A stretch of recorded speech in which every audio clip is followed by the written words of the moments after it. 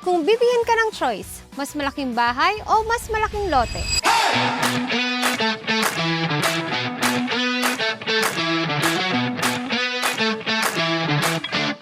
Marami kasi sa atin, kapag tumitingin ng bahay, unang tinatanong agad, ilang bedrooms, gaano kalaki ang floor area, pero minsan, may mas importante pa pala.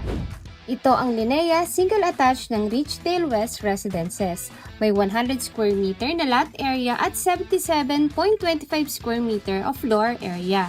At sa unang tingin, maganda na talaga siya. Single attached, mas may privacy at may breathing area space kumpara sa typical townhouse.